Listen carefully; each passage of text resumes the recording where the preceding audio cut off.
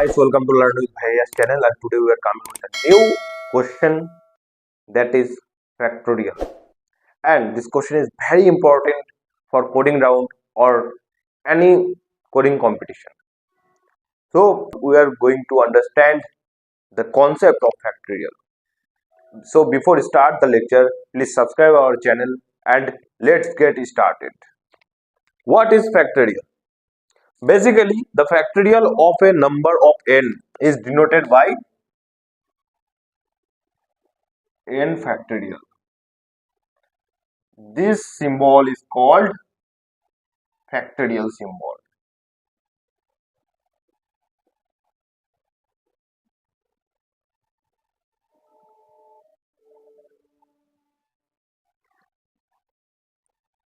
N factorial is the product of all positive integers from 1 to n.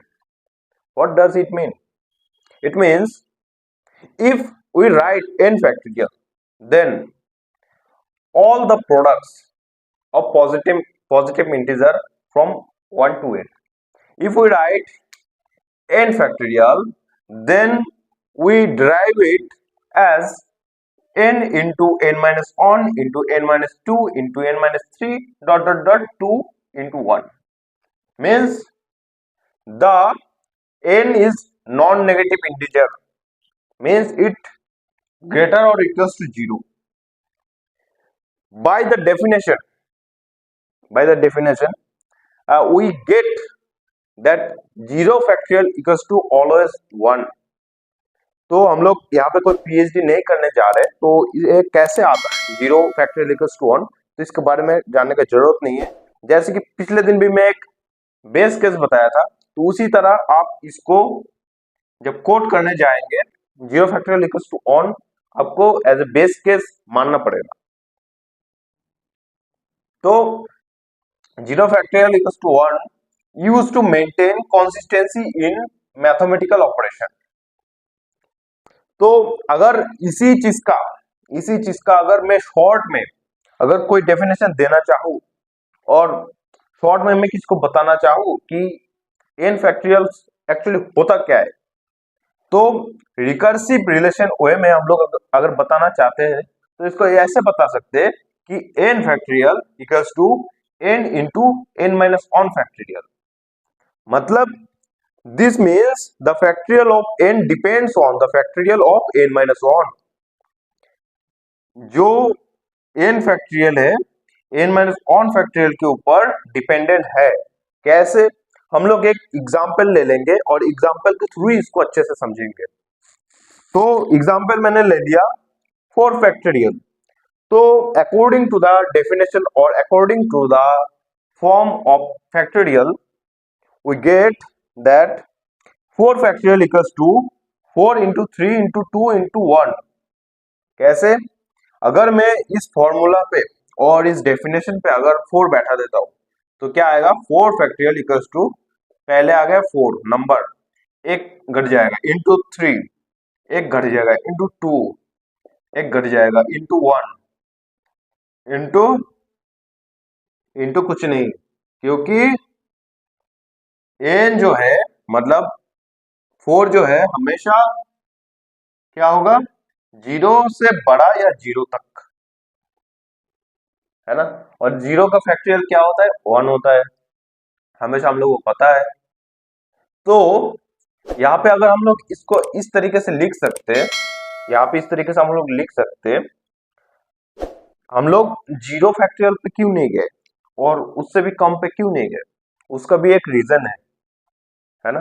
उसका reason ये है कि 4 factorial 3 factorial पे डिपेंडेंट है, 3 फैक्टोरियल 2:1 2 फैक्टोरियल पे डिपेंडेंट है, 2 फैक्टोरियल 1 फैक्टोरियल पे डिपेंडेंट है।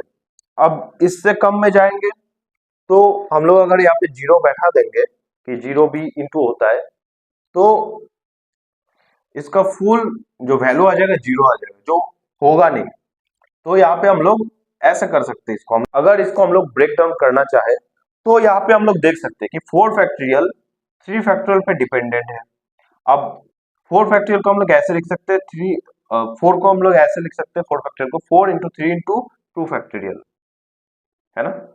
फिर हम लोग 3 को ऐसे लिख सकते हैं कि 2 इंटू 1 फैक्टोरियल, 2 को ऐसे लिख सकते हैं 1 इंटू 0 फैक्टोरियल, लास्ट में 0 फैक्टोरियल होगा। अगर हम लोग यहाँ पे लिखना चाहे कुछ 0 फैक्टोरियल, है ना, तो 0 फैक्टोरियल अगर हम लोग लिखेंगे तो हम लोग का वैल्यू का इसका जो वैल्यू है 1 हमेशा आएगा। तो इसको अगर हम लोग और भी ब्रेक करना चाहे एक्चुअली होता क्या है, तो हम लोग इस तरीके से देख सकते हैं 4 factorial equals to 4 into n minus 1 factorial, जो मैं यहाँ पे लिखा था एक terms n factorial equals to n into n minus 1 factorial, है ना, 4 इंटू 3 फैक्टोरियल। इसी को हम लोग ऐसे लिख सकते हैं 4 इंटू 3 फैक्टोरियल का क्या होता है 3 factorial equals 2 into 1 factorial, 2 into 1 factorial आ गया। अब 1 फैक्टोरियल क्या होगा 1 फैक्टोरियल इक्वल्स टू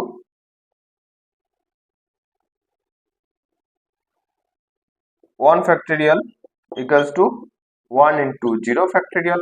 अब 0 फैक्टोरियल का वैल्यू हमेशा 1 होता है, तो 1 इंटू 1 इक्वल्स टू 1। तो हम लोग 1 के बाद 0 फैक्टोरियल को बेसिकली हम लोग लिखते नहीं है, लेकिन वहां पे अगर लिखना चाहे तो लिख भी सकते हैं 0 फैक्टोरियल, कोई परेशानी नहीं है। तो अगर 4 फैक्टोरियल को हम लोग लिखेंगे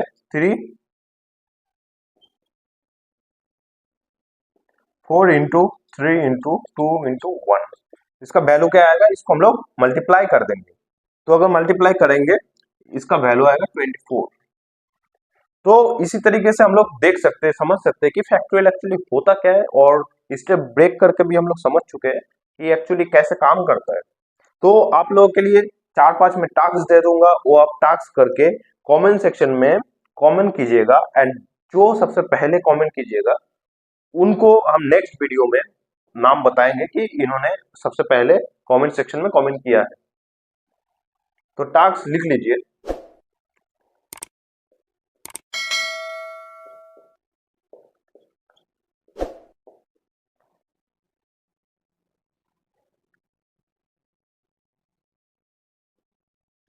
5 फैक्टोरियल 6 फैक्टोरियल 7 फैक्टोरियल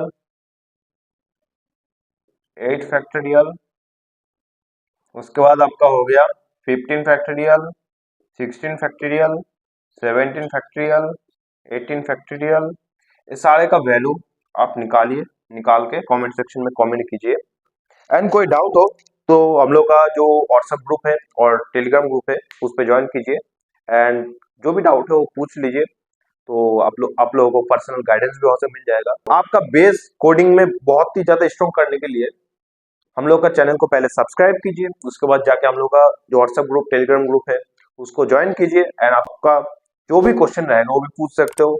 एंड हम लोग का लिंक्डइन पेज है उसको भी जाके आप फॉलो कीजिए, एंड फुल वीडियो देखने के लिए थैंक यू गाइस।